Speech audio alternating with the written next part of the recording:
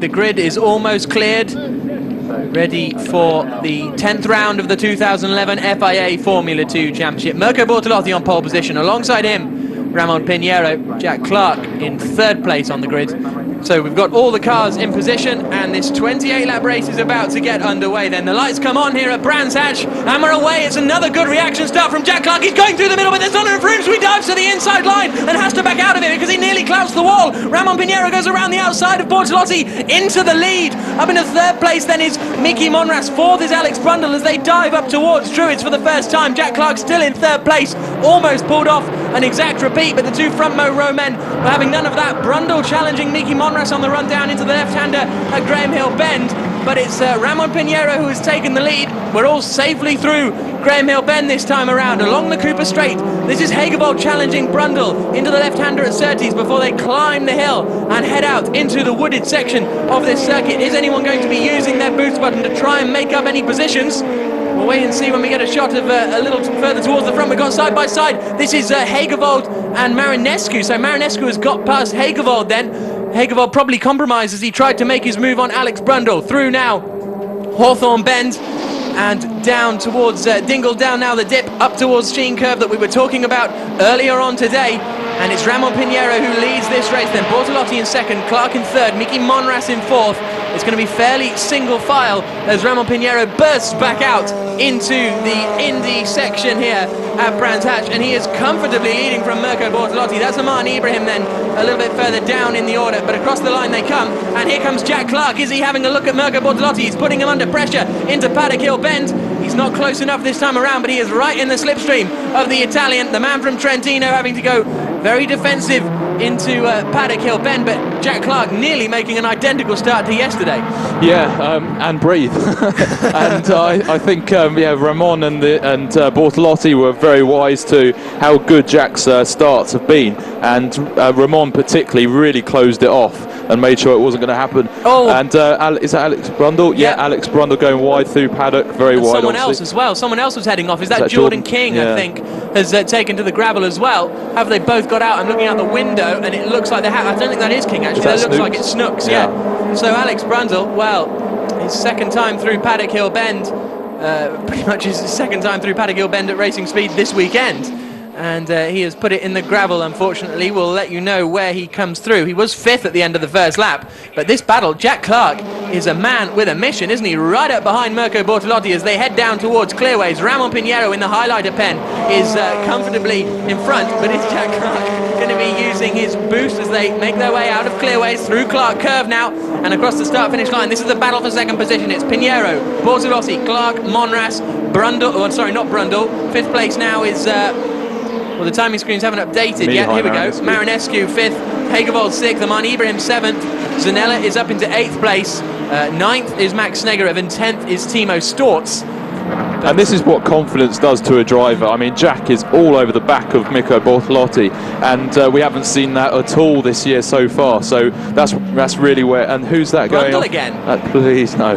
I'm pretty sure. It looked like it, didn't it? Yeah. And what a fantastic couple of laps from Ramon Pinheiro on cold tyres, or as warm as he possibly could make them. But fantastic opening laps from him, and pulled out nearly a 2-second lead with only 2 laps gone. Tobias Hagevold running in 6th place behind Mihai Marinescu onto the Brabham Straight. He's fairly close as they make their way in towards turn 1, and here comes the look up the inside from Hagevold. Marinescu closes the door. Hagevold looked like he was close enough, but Mihai saw that coming and as a result got over. Hagevold another little look up the inside into Druids, a little lock up from the right front. That won't do him too much harm because it wasn't a particularly major lock up. But Hagevold is looking racy. He wants to get past and get up towards Miki Monras and Jack Clark, doesn't he? Yeah, he does, because he knows he's got the pace to be with the guys in front. He was on pole yesterday. He knows the circuit well. Yeah, and Bortolotti's just done the fastest lap of the race, so he's closing the gap to Pinheiro by a couple of tenths that lap. So be interested to see whether he can keep that pace up. Obviously, Pinheiro really needs to just keep his head down.